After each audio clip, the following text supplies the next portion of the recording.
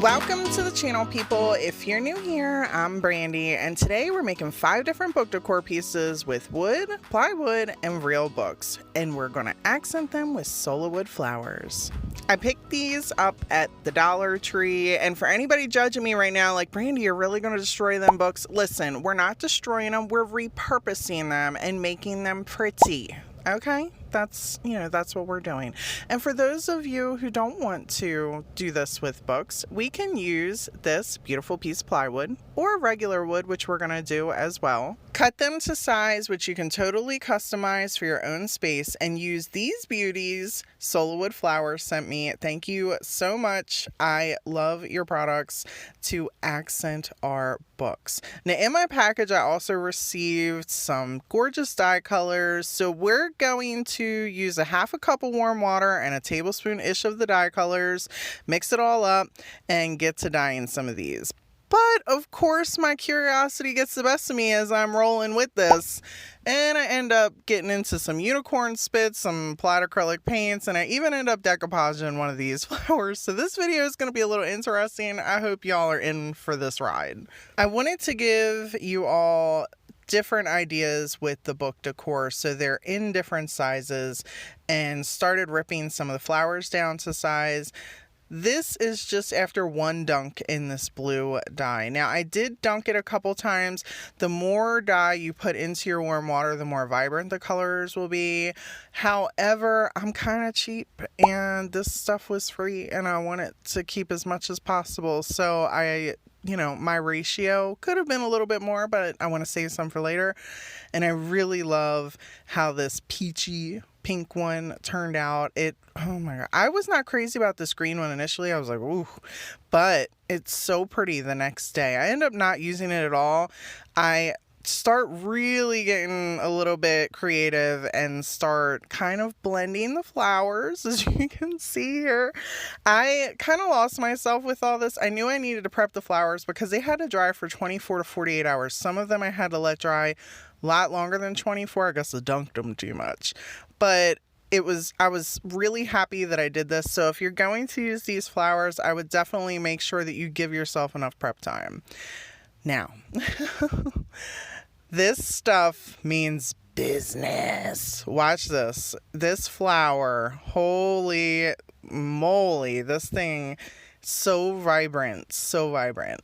Now, I do use the other unicorn spit color, and I feel like it came out the same exact way that the Sola Wood flower dye came out. I don't feel like it was any difference. But as you can see, I start blending the colors and just kind of, dipping it in, getting different variants.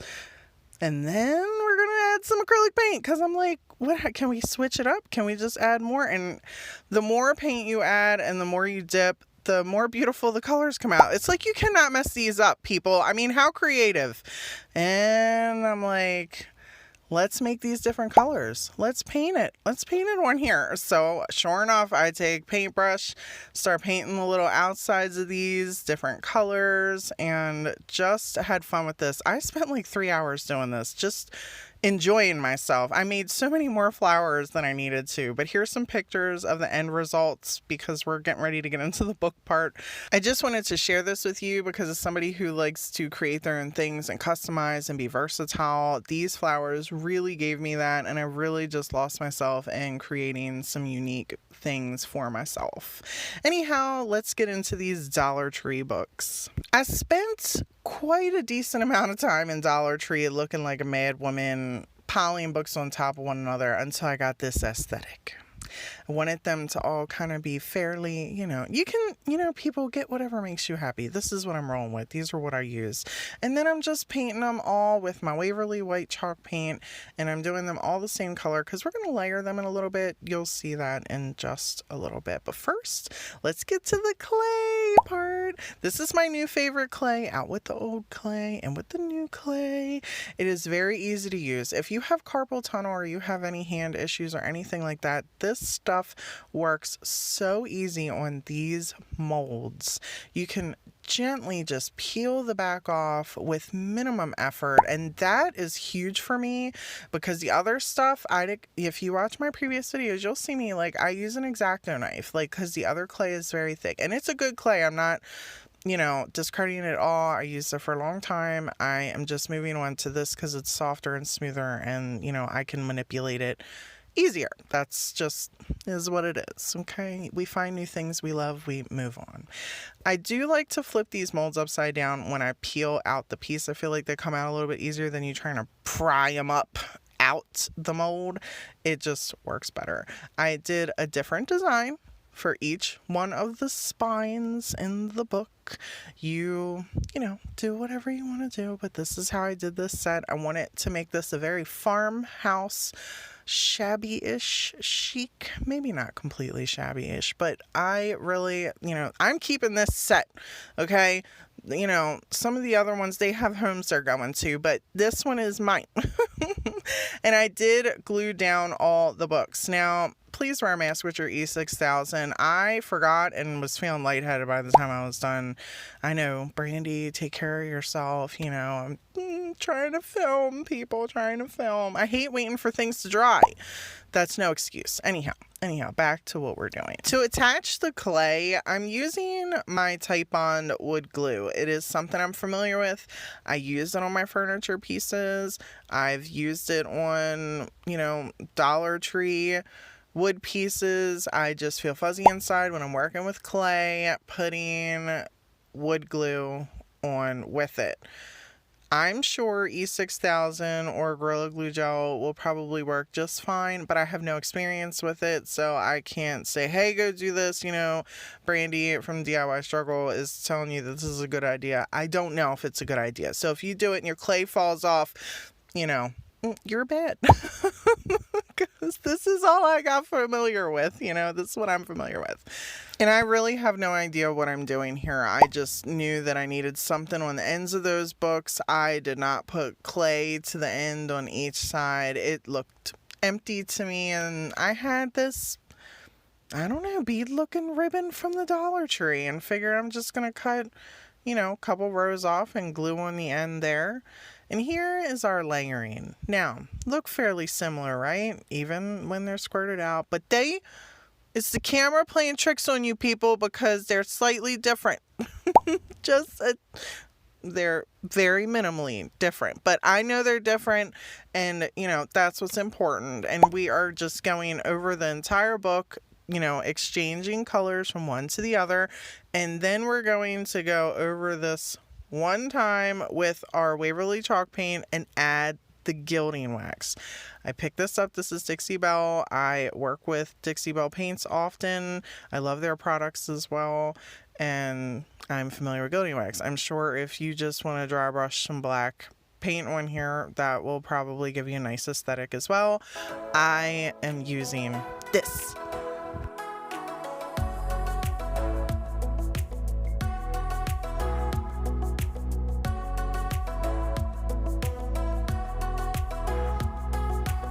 The amount of distressing, of course, is completely up to how you want things to look. I am like a medium distresser. I like it to be there enough that I can see it, Once I was happy with it, I took a little bit of gray paint and painted on this little stamp, and then I'm just going to stamp in two different spots on the book just to really push it to look like a very old book. And then we're going to bring in, come on, it's a classic. It's, it's book decor. We're adding twine, right? Farmhouse. Come on. You guys are with me, right? Farmhouse. Farmhouse books. And there's no rhyme or reason to how I'm doing this with the flowers or the ribbon. I'm just kind of tying it on there and putting them in the place that I like. But since this is for me and purple's my thing, if you have not met me, the flowers, of course, had to be purple.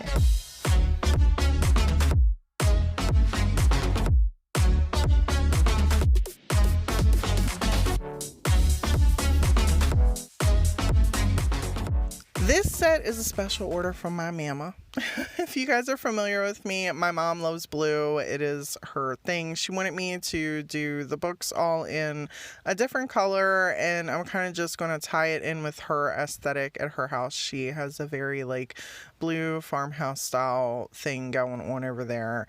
And I decided I was going to completely give you a different idea with these clay molds than the one that I did on mine.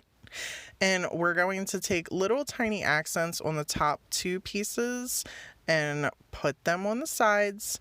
And after this dries, you're going to come back in with a darker blue and go in all the little crevices of your clay molds, and even kind of, just kind of doing it around the book as well to blend it in. You'll see why in a little bit. We're going to decoupage this. My mom loves this napkin. So we're going to decoupage on the top to kind of make it look like it's a cover piece. And I'm just using some Mod Podge for this part. You're going to want to let that dry before you go and do this, where we're going to just take us a chippy brush with some white Waverly chalk paint, and then we're going to dry brush the entire book on the outside. Once you're done and that dries, we're going to take some silver gilding wax and add some accents.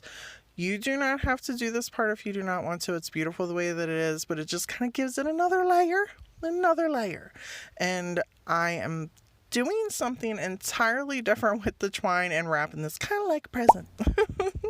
And putting a little gem piece in the center of the bow that is from the Dollar Tree, and just kind of hot gluing it on down there.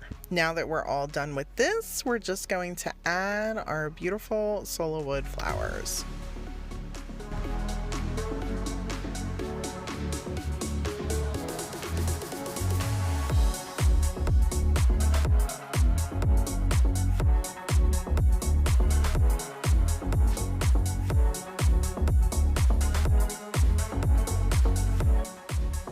This is the most simple book we're going to do today.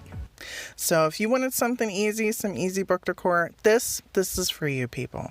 I know this is hard to watch.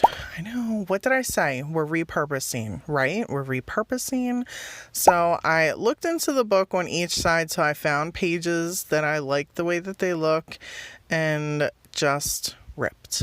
And we're going to keep the spine intact and take this pretty paper that I found from Hobby Lobby, and we're going to decoupage it on this part of the book.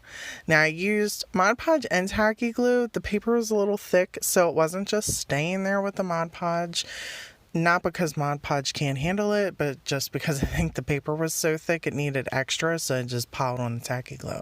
Let it dry for about 30 minutes and then clipped some of this pretty lace I picked up from Walmart. It was in, the funny thing is this lace is like $1.24. It's really cheap, but it comes in these little plastic containers. You remember them quarter machines back in the 80s where they were like everywhere at the beginning of the Kmart's and the Ames's? Who's in this crowd? Who remembers these days? But you remember them, now you wouldn't, with COVID, nobody's giving their kids quarters or anything. But anyhow, that's what type of little container this, lace comes in. I've completely sidetracked. Okay, back to the book. I did decide to glue this twine down for whatever reason. I just thought, didn't want it to move. Here's my pretty Sola Wood flower. I know I didn't show you all of them. You're probably like, Brandi, I didn't see that one. I told you all, I got a little carried away, okay? I gave you some pictures of ones I did. All right. And then I added some more lace to the top.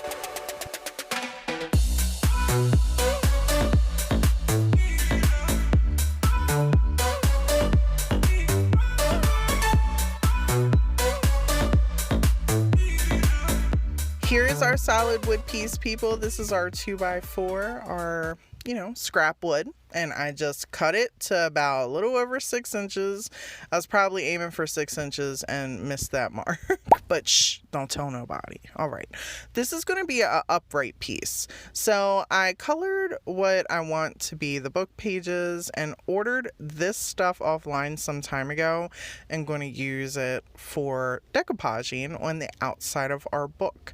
On the one side, there's going to be a lot going on with this book. We're going to have one thing going on one side, one thing going on the other, one thing going on the side, and of course, now this was operator error. It was not the plaid product. I was pushing really hard. I love you, plaid. I didn't mean it. It popped right back in. Okay. And then we're going to just, again, I said I want this piece to look like you just don't know what's going on each side, you know? Like, I wanted to give you guys an idea of how, like, it doesn't just have to be one thing on one side. You can just, every piece you want to inspect it. I actually love how this turned out, and we're going to put so many little things over it, starting with this on the spine. I'm assuming it's a spine. That's what I'm calling it. If I'm wrong the whole video, somebody correct me and yell at me later. I picked out little embellishments and showed you in the photo, and these are little brad pieces. I'm just using a wire cutter. Be careful so you don't poke your eye out when you're snipping off the ends, because we're going to glue the brad part to the book and, you know, don't want to lose an eye. And I'm taking my little clock mechanism pieces. I have a little owl down there, a little leaf. I don't know how they thought, you know, how I thought they went together, but in my mind, they went together. So I just rolled on with it. Continued with my little Tim Holtz paper, added it in here to cover up the little seam. Just wanted something really going on every little side. This piece is so inspired by my friend Liz over at the Official Craft Nerd. If you guys are not familiar with her, she does amazing shabby chic work. I'm a huge fan of her. When I was creating this piece, I had her in mind, and just, you know, it was inspired by her personality, people. You ever just feel like somebody's personality inspires you? Well, hers inspires me to make this pretty little thing. Anyhow, let's move on. All right. Took a little key and a lock and tied them on, or tried to tie them on. Like, this is the worst knot I've ever made in my life. But, you know, it's shabby chic-ish. It doesn't have to be perfect, right? It's, you know, it doesn't have to be perfect. But every little way you look at this book, there is something beautiful to stare at.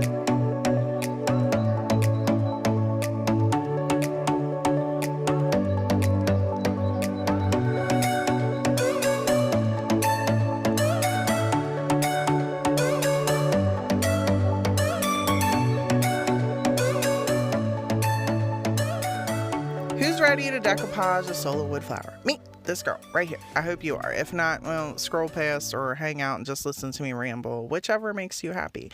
I also am going to use this napkin. Finally, I've been holding on to this napkin for a hot minute, people. So I cut all the sneaky little layers off, cut it down to size, and we're going to smoosh it on in here. Now, doing this was super easy. Super easy. I was shocked at how easy this was, because I was worried it was going to be difficult. And I don't use the word easy lightly, so that should be telling you something. You want to be careful when you're doing this, though, to make sure, see how I gently tucked this underneath the two little petals in front of it? You want to make sure that the Mod Podge, you're not putting too much on down in the bottom and none on top of the napkin to stick the flowers, petals all together. You want to try and keep them separate. So to make sure I was doing that to the best of my ability, the next petal I used was on the opposite side of the flower, and I didn't decoupage another flower next to a petal that I already decoupaged until it was dry like this. So this way nothing was sticking. Now I hope that makes sense. Hopefully you are following along with me. This is the best I can explain it. It's all I got, people. It's all I got. Now, you could have decoupaged all of these little petals if you wanted to. I am not. I decided to leave it that way and thought, let's add some glitter. I don't mess with glitter a lot, but you know, I feel like I experimented a lot of ways today with these flowers and had to toss this in here, and they look amazing. Magnific-amazing.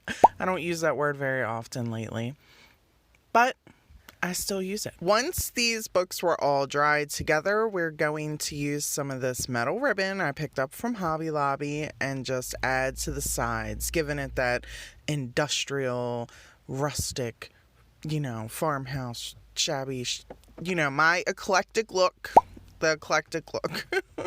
And we're just putting it on here like this. I'm using the E6000 and the hot glue, and let it dry for like 30 minutes before you start getting, you know, carried away with the decorating. I am using a little towering tumbling block to kind of prop up my flower at the top. No one's going to see behind it, okay? Well, you know, they might see behind it, but no one's going to see behind it in this video. And we're going to just carry on with putting the little flowers like cascading down to the bottom of the flower, or not the flowers, the books. You know what I mean. Listen, you know what I mean. I'm not used to doing these long 20-some minute videos. I start getting all blah, blah, blah towards the end. Just look how amazing it is. How about that? Just stare at it for a minute. Then we're going to come back in, and I have no real idea what I'm doing here, but just thought this little number part would look cute at the bottom. Like, oh, look, you're just adding something in there, and came in with some dry brushing to make it look a little worn, and some antique Waverly wax just to throw that aged look in there, and finish these off with some plant looking twig things I purchased. I don't even think that they just look like stems from Dollar Tree. Thank you so much for hanging out with me today, people. Let me know in the comments below how you felt about this video. If you want more videos like this, let me know. If you are interested in purchasing some Sola Wood flowers, there is a link in the description below. I am an affiliate. I will make a small commission off of your purchase at no additional cost to you. Until next time.